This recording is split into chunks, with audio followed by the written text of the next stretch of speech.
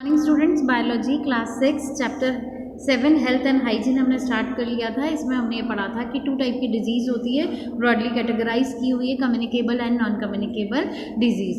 Communicable disease वो disease हैं जो स्प्रेड होती है एक दूसरे से, एक पर्सन से दूसरे पर्सन पर ये स्प्रेड हो जाती है। कि माइक्रो ऑर्गेनिज्म भी हो सकते हैं इसके स्प्रेड करने के लिए, पैरासाइट्स भी हो सकते हैं, या इसके अलावा पैरासाइट्स के अलावा बैक्टीरिया भी हो सकते हैं। बैक्टीरिया हमें नेकेड आई से दिखाई नहीं देते हैं। पैरासाइट हमेशा होस्ट की जिस बॉडी पर रहते हैं वो उस बॉडी को हम बोलते हैं होस्ट, और ये किसी के भी थ्रू, वाटर, फूड या किसी और के थ्रू भी ये डिजीज़ को स्प्रेड करते हैं। तो बैक्टीरिया हमने पढ़ लिया था student, micro organic unicellular organism होते हैं ये, और ये यूज़फुल भी हो सकते हैं, पर कुछ केसेस में ये डिजीज़ भी इनसे होती हैं। तो कुछ बैक्टीरिया जो डिजीज़ के लिए कॉज्ड होते हैं वो हैं tuberculosis, typhoid, tetanus, pneumonia, cholera और डिसेंट्री। वायरस के बारे में फिर हमने पढ़ा था कि वायरस बैक्टीरिया से भी बहुत ज़्यादा स्मॉल होते हैं और जनरली ये पैरासाइट्स के फॉर्म में रहते हैं और होस्ट की बॉडी में रहते हैं। जैसे कि पैरासाइटिक डिजीज़ का एक एग्जाम्पल, वायरस डिजीज़ का एक एग्जाम्पल हमने पोलियो वायरस पढ़ा था कि ऐसा वायरस जिससे पोलियो डिजीज़ होती है। वायरस डिजीज़ के बारे में हमके एग्जाम्पल हमने देखे थे, जैसे rabies virus, smallpox, chickenpox, polio, common cold, measles, mumps, influenza, dengue, chikungunya, hepatitis, AIDS, ये सब वायरस डिजीज़ हैं। आज की इस वीडियो में हम प्रोटोजोअन्स के बारे में और पैरासाइटिक वर्म्स के बारे में और फर्दर पढ़ेंगे कि क्या दिया हुआ है इस चैप्टर में, कि ट्रांसमिशन ऑफ डिजीज़ किस किस के थ्रू डिजीज़ ट्रांसमिट होती है। तो प्रोटोजोअन्स देखिए बच्चों, ये टैपवर्म का स्ट्रक्चर है, ये आपके लैब में भी है। अगर आप लैब में जाएंगे तो मैं आपको दिखाऊंगी ये कि टैपवर्म कैसा होता है।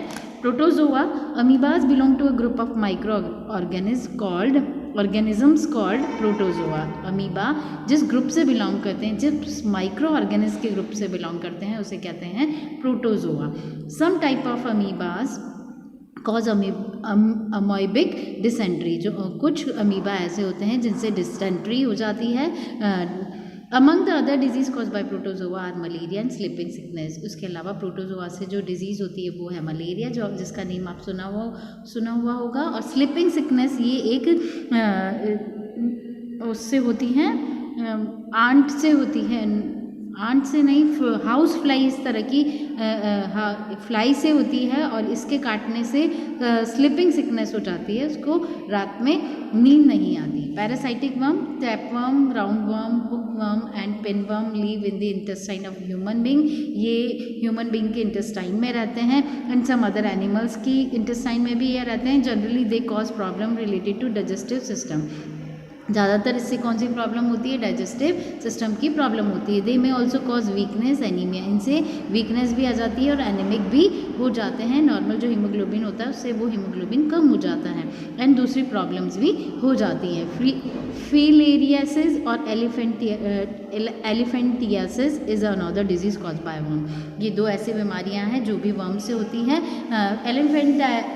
एलिफेंटाइसिस में देखिए स्टूडेंट्स, ये फिगर दिया हुआ है आपको, इसमें पैर एलिफेंट्स की तरह क्या हो जाते हैं, वो एलिफेंट जैसे लेग्स हो जाते हैं। देखो इसके पैरों में स्वेलिंग है, ये क्या है? एलिफेंटाइटिस या फिलेरियासिस भी बोलते हैं। Transmission of disease, infectious disease can be transmitted to healthy people in the following way. अलग अलग तरीके से ये हेल्दी पीपल में चली जाती है, जिस डायरेक्ट भी जा सकती है या किसी के इनडायरेक्ट कॉन्टैक्ट से भी ये डिजीज़ हो जाती है। Some disease spread through direct contact और through shared article of person use, like towel, comb and razor. कुछ तो डायरेक्ट यूज़ से ही हो जाती है, जैसे कि टॉवल, कॉम्स और रेजर यूज़ करने से। Many skin disease such as scabies, जो spider like organism called mites, scabies skin disease जो माइट से होती है, दीमक से होती है, स्प्रेड दिस वे, इस तरीके से फैल जाती है। Conjunctivitis and eye condition cause by virus और bacteria also spread in this way. जैसे कि कंजक्टिविटीज़ या कोई आई फ्लू जिसे आप कहते हैं, वो वायरस या बैक्टीरिया से एक दूसरे से फैल जाती है। Such disease are called contagious. इस तरह की डिजीज़ को क्या बोलते हैं? Contagious disease. Disease such as common cold, influenza में also spread through contact with the something. जो कॉमन कोल्ड है या इन्फ्लुएंजा है वो भी एक दूसरे के कॉन्टैक्ट में आने से हो जाता है। जैसे कि इसमें दिखाया हुआ है कि अगर आप ये डोर नोब को अगर आप रेलिंग या डोर नोब को टच करते हैं तो उसके कांटेक्ट में आने से भी कॉमन कोल्ड और इन्फ्लुएंजा हो जाता है।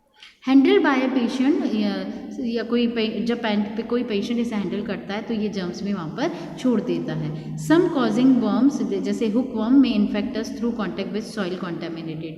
हुक वर्म सॉइल के कॉन्टैक्ट में आने से भी एक दूसरे में इन्फेक्टेड होता है विद देयर एग्स या लार्वा, क्योंकि उसमें उसके एग या लार्वा होते हैं। थ्रू फूड एंड वाटर, कुछ डिजीज़ ऐसी होती हैं जो फूड और वाटर से होती हैं।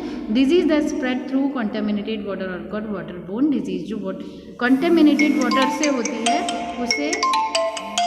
उसे हम वाटरबोर्न डिजीज कहते हैं। वाटरबोर्न डिजीज कहते हैं। Some example of such disease are typhoid, cholera, hepatitis and dysentery. Water get contaminated when sewage get mix with it. Water गंदा कब हो जाता है? जब उसमें सीवेज का पानी मिल जाता है। This may happen when people bath, wash, defecate in और near the source of water. अगर पीपल उसमें नहाता है या वॉश करता है तो वाटर में ऑल्सो गेट कॉन्टेमिनेटेड, तो वाटर भी कॉन्टेमिनेटेड हो जाता है।